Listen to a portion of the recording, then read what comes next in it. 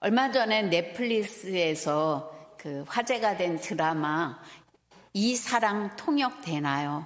여러분 보셨나요? 드라마 속 여주인공 차무희는 톱스타로서 화려한 삶을 살지만 과거의 비극적인 가족사로 인해서 큰 불안과 두려움을 안고 살아갑니다. 그리고 이를 방어하기 위해서 도람이라는 망상을 만들어내어서 자신의 속마음을 투영하는 그런 드라마입니다.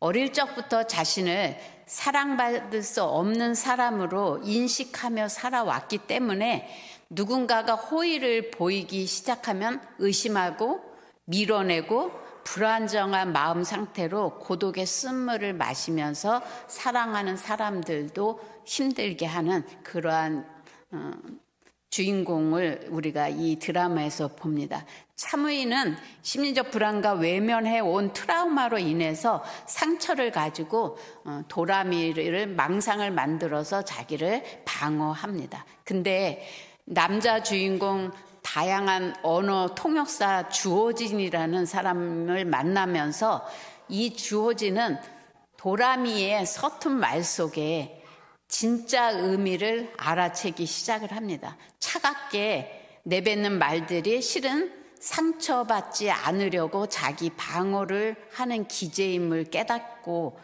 더 이상 그의 말에 휘둘리지 않고 상처받지 않고 오히려 그를 불쌍히 여기며 다가갑니다. 그는 들리는 대로 언어를 듣는 게 아니라 사랑의 통역을 통해서 무의식 속의 트라우마를 대면하고 억눌린 감정을 해석하면서 결국은 여주인공을 치유하게 되는 그러한 드라마의 내용입니다. 우리도 인생의 마라의 쓴물의 앞에서 도라미처럼 행동할 때가 있습니다. 속으로는 사랑받고 싶고 위로받고 싶은데 정작 입으로는 원망 독소를 쏟아냅니다. 내면의 쓴물이 크면 클수록 삐뚤어진 언어로 표현하는 경우가 많이 있습니다. 스티븐 비어스라는 사람이 쓴뿌리가 단순히 느껴지는 감정이 아니라 고통스러운 환경에 대해서 우리가 내린 영적인 선택이다. 그렇게 정의를 합니다. 힘들고 어려운 환경을 맞이했다고 누구나 다 독설과 삐뚤어진 그런 인생을 살지는 않는다는 거예요. 그 환경 속에서 내가 어떤 선택을 하면서 살아왔느냐가 중요하다는 거죠. 누구나 살면서 상처를 받지 않는 사람은 없어요. 상처를 받지만 그 상처에 어떻게 반응하느냐는 다른 인생을 살게 됩니다. 그것이 성경에 대비적으로 나오는 게 바로 사울 왕과 다윗 왕의 모습입니다. 둘 다 깊은 내면의 상처를 가진 인물들입니다. 사울의 내면에는 해결되지 않은 열등감, 거절감, 이런 쓴물이 자리 잡고 있었습니다. 사무엘상 18장 6절에서부터 11절까지 보면 전쟁에서 돌아올 때 여인들이 사울이 죽인 사람은 천천히요, 다윗이 죽인 사람은 만만이로다. 그냥 흘러보낼 수도 있는 말인데 사울 내면에 상처들이 있기 때문에 해결되지 않은 그 상처들이 그 말에 가시가 되어서 더 상처를 아프게 했던 거죠. 그 반응에 사울은 어떻게 반응했느냐? 다윗은 아무 잘못도 안 했는데 다윗을 향해서 자신의 그 아픈 상처들을, 아픈 마음들을 왜곡되게 투사하기 시작을 하면서 저놈이 결국은 내 왕자리를 노리고 나에게 해를 끼치겠구나. 그래서 자기가 먼저 공격적으로 다윗을 잡아 죽이려고 하는 것을 볼 수가 있습니다. 얼마나 마음의 상처가 컸으면 사람을 창을 던져서 벽에다 박아버리겠다 할 정도의 분노로 표출하는 것을 볼 수가 있습니다. 근데 그게 한 번도 아니에요. 사무엘상 19장 8절에부터 10절까지도 보면 사울에게 또 다윗을 벽에다 박으려고 창을 던짐으로 인해서 다윗이 도망가는 것을 볼 수가 있습니다. 사울은 자신의 내면의 불안함, 아픈 불쾌한 이런 감정들을 직면하기보다 그것을 다윗에게 투사하는 것을 볼 수가 있습니다. 진정한 신앙인이라고 한다면 그러한 고통과 아픔 앞에서 하나님의 주권을 인정해야 되는데 비교와 시기라는 쓴뿌리로 결국은 다윗을 죽이려는 파괴적인 행동으로 나타나는 것을 볼 수가 있습니다. 이러한 내면의 쓴물을 바르게 해결하지 않은 사울은 주변 사람을 힘들게 할 뿐만 아니라 자신도 자신의 가족도 결국은 파멸로 이끄는 결말을 맞이한 것을 볼 수가 있습니다. 그런데 다윗은 가족의 편에 무관심, 배신, 수많은 상처가 많았던 인물이지만 상처를 다른 사람에게 투사하지 않았습니다. 사울에게 충성했지만 쫓기는 신세가 되었고 도망가는 이 다윗을 향해서 수많은 사람들이 비웃고 조롱하고 모독을 했을 때 그 억울함, 그 쓰라린 상처가 얼마나 컸겠습니까? 그러나 그는 아둘람 구울에 도망쳐서 놀라운 선택을 하게 됩니다. 사무엘상 24장 4절에서부터 7절까지 보면 드디어 하나님이 나의 이 억울함을 보시고 들으시고 아시고 사울을 죽일 수 있는 기회를 나에게 줬구나, 그렇게 해석하지 않고 사울을 죽일 수 있는 기회가 왔음에도 불구하고 하나님이 기름 부으신 자를 내가 손댈 수 없다, 그래서 복수의 길을 선택하지 않는 다윗의 선택을 보게 됩니다. 오히려 그의 억울함, 그의 아픔을 다른 사람에게 투사한 게 아니라 그 아픔과 고통을 하나님 앞에 토로하는 성숙한 신앙의 선택하는 모습을 보게 됩니다. 다윗의 이러한 내면의 고통받는 세계, 특히 굴 속에서 당하는 아픈 마음을 토로한 시가 바로 시편 142편입니다. 그래서 시편 142편을 부제로 뭐라고 달려있느냐, 다윗이 굴에 있을 때 지은 기도다, 이렇게 부제가 달려 있습니다. 시편 142편 1절에서 3절 우리 한 목소리로 함께 읽겠습니다.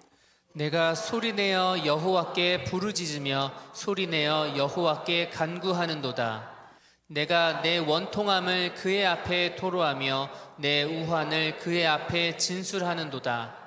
내 영이 내 속에서 상할 때에도 주께서 내 길을 아셨나이다. 내가 가는 길에 그들이 나를 잡으려고 올무를 숨겼나이다. 불안하고 힘들고 어두운 자신의 상황이지만 그것을 하나님께 토로하지 그 아픔과 분노와 원망을 다른 사람에게 투사하지 않는 다윗의 모습을 보게 됩니다. 그랬더니 어떤 결과가 생겼느냐, 사무엘상 22장 2절에 보면 환난당한 모든 자와 빚진 모든 자와 마음이 원통한 자가 다 그에게로 모였고 그는 그들의 우두머리가 되었어. 상처받고 고통받는 수많은 사람들이 다윗에게 와서 위로받고 새롭게 세움을 받는, 그래서 그들의 우두머리가 되는 그런 놀라운 변화를 일으키는 삶의 자리에 다윗이 있게 됩니다. 여러분은 이 험한 세상을 살아가면서 수많은 상처와 아픔들을 겪게 되는데 사울처럼 내 상처를 부모에게, 친구에게, 주변 사람들에게 투사하면서 창을 던지고 있습니까? 아니면 다윗처럼 그 상처를 들고 주님 앞에 나아가 주님 앞에 토로하는 선택을 하면서 살고 있습니까? 여러분이 겪는 마라의 쓴물은 여러분을 망가뜨리기 위한 것이 아닙니다. 하나님은 그 쓴물을 통해서 여러분을 다른 이의 아픔을 공감할 줄 아는 치료자로 빚어가고 계십니다. 사울은 그 상처로 주변을 파괴하는 가시가 되었고 다윗은 그 상처를 통해 타인을 살리는 치료자가 됐습니다. 히브리서 12장 15절에 보면 너희는 하나님의 은혜에 이르지 못하는 자가 없도록 하고 또 쓴뿌리가 나서 괴롭게 하여 많은 사람이 이로 말미암아 더럽게 되지 않게 하며, 우리는 쓴뿌리가 우리 안에 자리 잡게 되면 많은 사람을 괴롭게 만들 수가 있어요. 그래서 우리 인생이 겉으로는 웃고 있지만 다 각자의 내면에는 남들에게 말하지 못한 아픈 상처, 쓴뿌리들이 가득합니다. 여러분의 내면에는 어떤 쓴물이 흐르고 있습니까? 분노, 원망, 무력감, 수많은 그동안에 여러분의 삶에 영향력을 준 사람들이 뱉어낸 말들로 인해서 아픈 상처들이 여러분의 쓴물을 지금 만들고 있고, 여러분이 의도하지 않았는데도 그 쓴물은 다른 사람에게 독이 되고 가시가 돼서 흘러갈 수도 있다는 것을 기억하셔야 됩니다. 출애굽기 15장 22절에서 24절 보면 이스라엘 백성은 하나님의 은혜로 출애굽을 하는 대기적을 경험하고 나서 광야의 길에 마라의 쓴물을 맞이하게 됩니다. 마라는 히브리어로 쓰다는 뜻입니다. 그리고 원망하다라는 루는 고집세다, 중얼거리다, 밤새워 머물다 이런 뜻을 포함하고 있어요. 그래서 마라 그러면 이스라엘 백성이 쓰디쓴 물을 경험하고 밤을 새워가면서 중얼거리고 불평했다는 뜻이 담겨져 있습니다. 이들은 홍해를 건너는 초자연적인 하나님의 놀라운 기적을 경험했지만 기쁨도 잠시 힘들고 어려운 광야에서 쓴물을 맞이하게 됐을 때 그들의 내면에 자리 잡고 있던 좌절과 낙심과 분노와 원망들이 그 사건을 통해서 표출되기 시작을 했어요. 그래서 모세를 향해서 우리를 죽이려고 이곳으로 인도했다. 불평, 원망, 아우성을 치기 시작한 것을 볼 수가 있습니다. 우리의 인생도 이와 같습니다. 은혜를 경험한 뒤에 인생의 쓴맛, 마라를 만나게 됩니다. 질병, 경제적인 위기, 관계의 파탄, 수많은 쓴물 앞에서 여러분은 어떤 반응을 보이고 살고 계십니까? 이스라엘 백성처럼 불평하고 원망하고 좌절합니까? 아니면 다윗과 같이 그 아픔을 하나님께 가지고 나가서 토로하십니까? 출애굽기 15장 25절에 모세가 다른 백성과 다른 것은 이 아픈 힘든 문제를 모세도 얼마나 화가 치밀겠어요. 그러나 그것을 백성들에게 투사하기보다 하나님께 그 문제를 가지고 기도했을 때 하나님께서 해결책을 제시하셨어요. 그래서 한 나무를 보이시면서 이 나무를 물에 던져라. 그래서 순종하고 던졌더니 쓴물이 달게 되었다고 이야기를 합니다. 그 나무가 어떤 나무라 단물이 됐는지는 몰라요. 많은 사람들이 추측하지만 그것은 상징적으로 십자가에 달리신 예수 그리스도를 상징합니다. 우리의 인생의 쓴물을 만날 때 우리는 예수 그리스도 앞에 그 쓴물을 가지고 나가면 주님은 그 쓰디쓴 인생에서 단물로 바꿔주시는 치료의 하나님이십니다. 헨리 나우에는 상처받은 치유자에서 치료는 고통의 제거가 아니라 고통의 한복판에 함께 있는 거다 그랬습니다. 우리 인생의 쓴물을 해결하는 방법은 고통을 피하는 게 아니라 그 중심에 주님의 십자가를, 주님의 은혜를 초대할 때 진정한 쓴물이 단물로 변화되게 됩니다. 헨리 나우에는 모든 사역자들이, 성도들이 상처 입은 치료자가 돼야 된다고 이야기를 하고 있습니다. 우리의 인생의 실패와 눈물은 부끄러운 과거가 아니라 내가 마라의 쓴물을 마셔봤기 때문에 지금 쓴물을 마시고 괴로워하는 이웃의 손을 잡아줄 수 있는 사람이 될 수 있습니다. 마라의 사건 끝에서 하나님은 자신을 제시합니다. 나는 치료하는 여호와 라파 하나님이다. 하나님은 충분히 우리의 마음에 받은 상처의 쓴물들을 단물로 바꾸실 수 있는 치료의 하나님이십니다. 우리의 고통을 기쁨으로 바꿀 수 있는 하나님이십니다. 예수님께서 누구보다 많은 배신과 모욕과 수치를 당하고 십자가에서 돌아가셨습니다. 하나님 어찌하여 나를 버리셨나이까? 하나님조차 자신을 버린 것과 같은 그러한 처절한 부르짖음 앞에 있었지만 예수님은 부활하셔서 만져보지 않고는 믿을 수 없다고 하는 도마에게 직접 상처를 아픈 그 부위를 만져보게 하시고 도마를 회복시켰어요. 나는 예수를 도무지 알지 못한다고 부인했던 그 예수님 앞에 얼마나 상처가 됐겠어요. 저 왼수 같은 놈 그런 게 아니라 부활하셔서 베드로를 찾아오셔서 그 아픔을 드러내시고 그 아픔을 치료하시고 다시 사명을 주는 그러한 일을 행하신 것을 볼 수가 있습니다. 그리고 마라의 쓴물이 단물이 된 것을 경험한 이후에 하나님께서 이스라엘 백성을 출애굽기 15장 27절에 보면 엘림으로 이끄셨는데 그 엘림에는 물샘 12과 종려나무 70그루가 있어요. 그리고 그들은 그곳에 장막을 칩니다. 마라에 쓴 고통이 지나가면 하나님께서는 엘림으로 우리를 인도하십니다. 엘림은 진정한 치유가 쉼이 안식이 있는 곳입니다. 엘림의 풍성은 하나님의 사랑과 공급을 상징하기도 합니다. 쉼은 단순한 휴식이 아니라 하나님과의 깊은 교제 속에서 영적인 회복을 얻고 치료받는 시간입니다.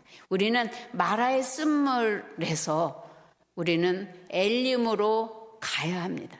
그것에서 하나님의 은혜와 하나님의 사랑으로 우리가 진정한 치유를 받고 회복을 얻을 때 우리는 진정한 상처 입은 사람들을 치료하는 치료자가 될 수가 있습니다. 여러분은 마라의 쓴물 속에서 계속해서 투사하고 여러분을 방어하기 위한 다양한 기제들을 발동해서 수많은 사람을 고통스럽게 하지 않고 이 상처가 치유돼서 다른 사람들을 위로하고 격려하는 자리로 나가기 위해서는 여러분의 삶의 태도를 바꿔야 돼요. 그 삶의 태도를 어떻게 바꿔야 될까요? 상처를 치유받기 위해서는 여기 까졌어, 여기 아파, 그래야 치료가 돼요. 우리는 무릎이 까지면 애들이 막 울면서 더 소리를 지르면서 막 여기 아프다고 그러잖아요. 그러면 부모님이 막 치료를 해주잖아요. 우리의 내면의 아픔도 아무도 몰라요. 그러나 하나님 앞에 사람들 앞에 정직하게 나 아파요.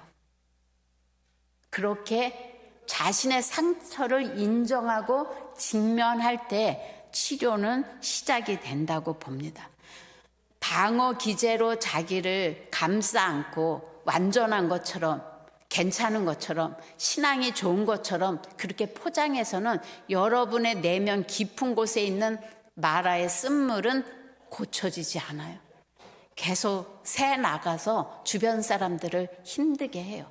나 어렸을 때 이런 아픔이 있었어요.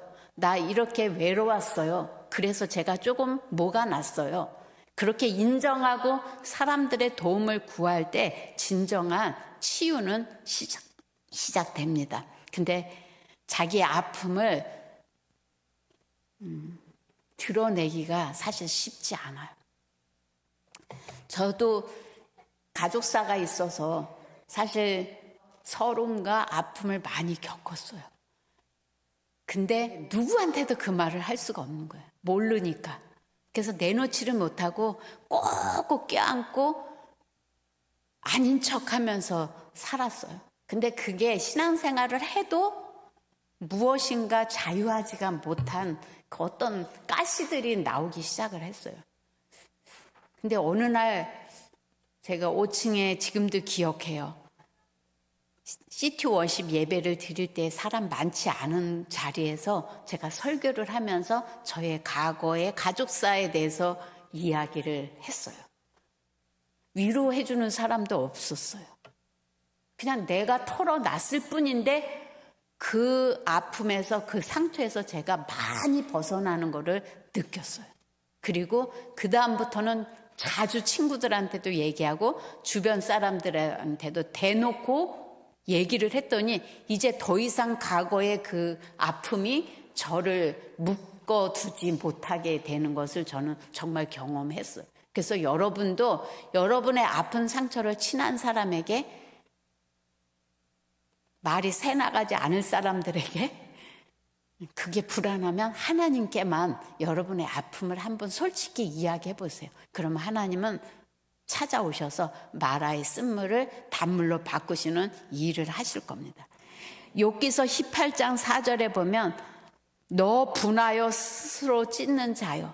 너 정말 욥처럼 억울한 사람이 어디 있어요? 근데 그 울분을 계속 가지고 있으면 너 자신을 찢는 자가 된다. 지금 그렇게 이야기를 합니다. 여러분의 상처를 내어놓기 전에는 전혀 치료받을 길이 없어요. 여러분이 적극적으로 여러분의 상처를 드러내시고 도움을 요청해야 됩니다. 다윗이 얼마나 많은 시를 썼어요. 그 얼마나 많은 울분과 토로와 그런 것들을 많이 써냈기 때문에 다윗은 건강하게 하나님의 뜻을 이루는 왕이 될 수가 있었어요. 그 다음에 상처를 준 사람을 여러분이 놓아줘야 돼요. 그럴 때 치유가 일어나요. 여러분에게 어렸을 때 욕한 사람, 여러분에게 무시하는 말을 했던 사람, 그 사람을 계속 여러분이 간직하고 있고 그 사건을 계속 기억 속에 끌어안고 있으면 치유는 일어나지 않아요. 그 사람도 놓아줘야 되고 그 사건의 기억도 놓아줘야 돼요. 여러분도 선생님일 수도 있고 왕따 시킨 친구일 수도 있고 누구도 여러분을 가둬둘 수 없어요. 여러분이 놓으면. 그래서 그 사람을 오늘 이 시간 놓아주세요. 그리고 그 기억을 하나님 앞에 올려드리세요. 그리고 여러분 그 기억 속에서 자유하시기를 바랍니다. 로마서 12장 19절에서 20절의 말씀입니다. 내 사랑하는 자들아 너희가 친히 원수를 갚지 말고 하나님의 진노하심에 맡기라. 기록되었으되 원수 갚는 것이 내게 있으니 내게 갚으리라고 주께서 말씀하시니라. 내 원수가 줄이거든 먹이고 목마르거든 마시게 하라. 그리함으로 내가 숯불을 그 머리에 쌓아 놓으니라. 네, 성경은 원수 갚는 것을 하나님께 맡기라고 하는데 우리는 믿음으로 산다고 하면서도 자꾸 내가 갚으려고 하고 결국은 멸망의 길을 걸어가요.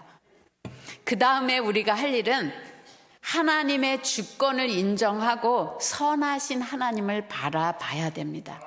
나에게 상처 준 사람, 환경만 바라보지 말고 하나님은 선하시고 하나님이 모든 우주 만물을 인생의 생사화복을 통치하시는 주권자라는 것을 인정할 때 여러분은 자유할 수가 있습니다.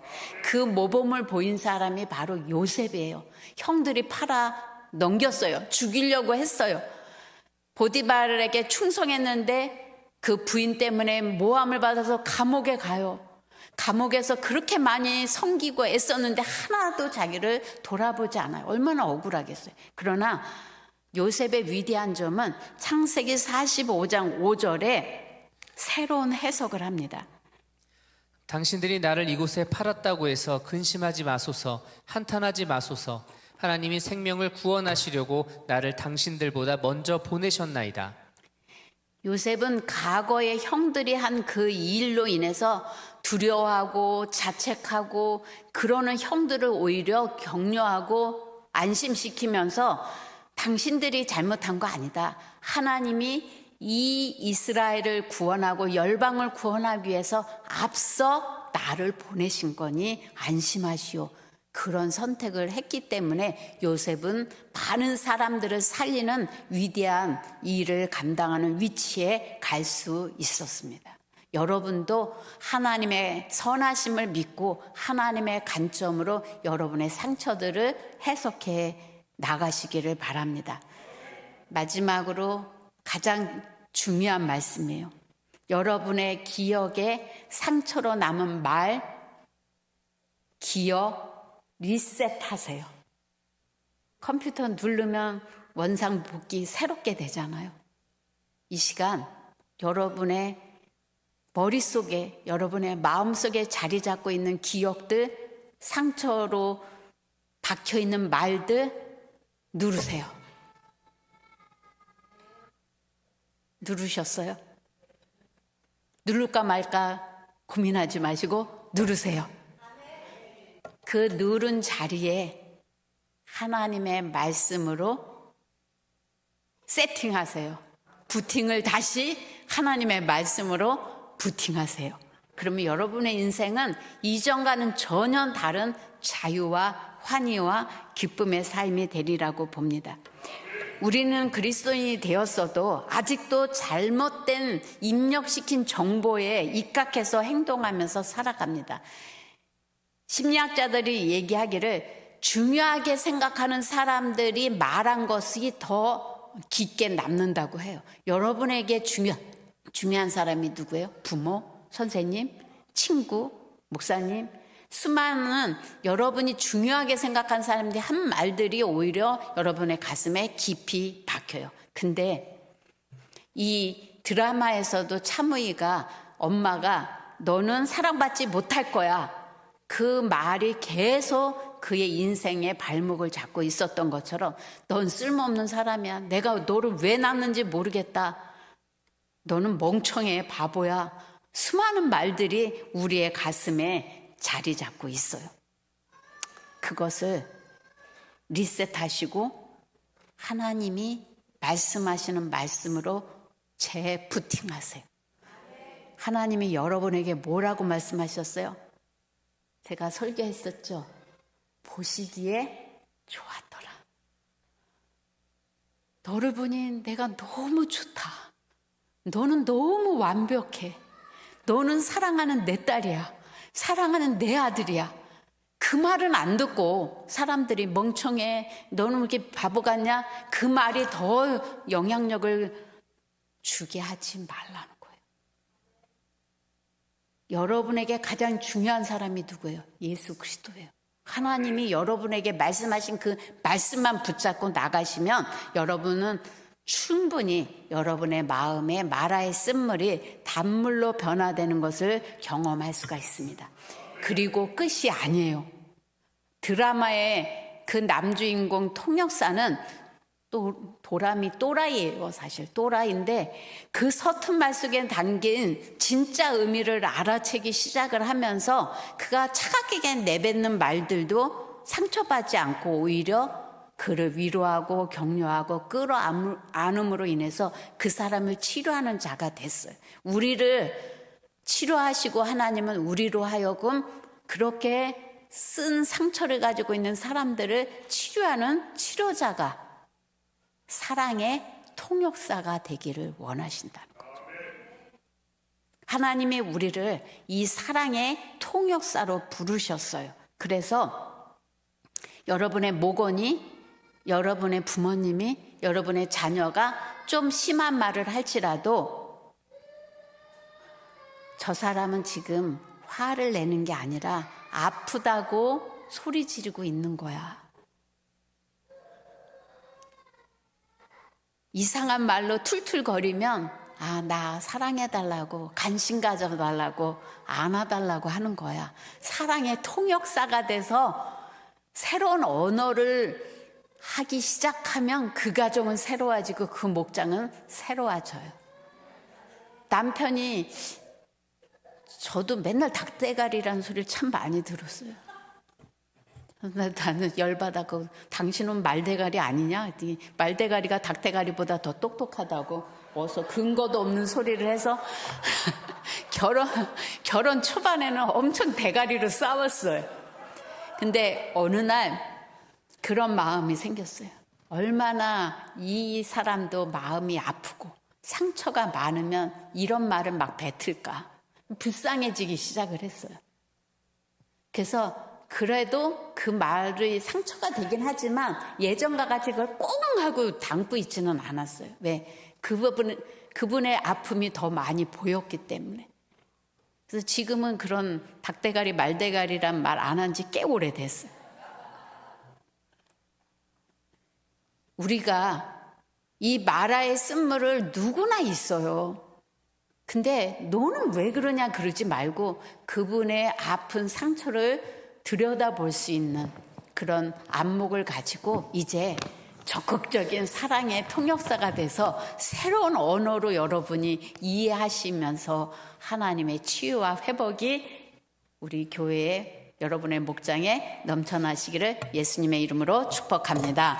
우리 이 시간 다 같이 통성으로 기도하실 때 이 시간 하나님 나에게 아픈 말을 했던 사람을 용서합니다. 아픈 기억들을 이 시간 리셋합니다. 지워주세요. 새로운 기억으로 사랑의 기억으로 행복의 기억으로 세팅되어지게 해주셔서 이제는 이 아픈 상처와 이 어둠에 묶이지 않고 자유한 자가 될 수 있도록 여러분 자신을 위해서 또 생각나는 사람을 위해서 이 시간 다 같이 통성으로 기도하겠습니다. 아버지 하나님 참으로 감사합니다. 나라의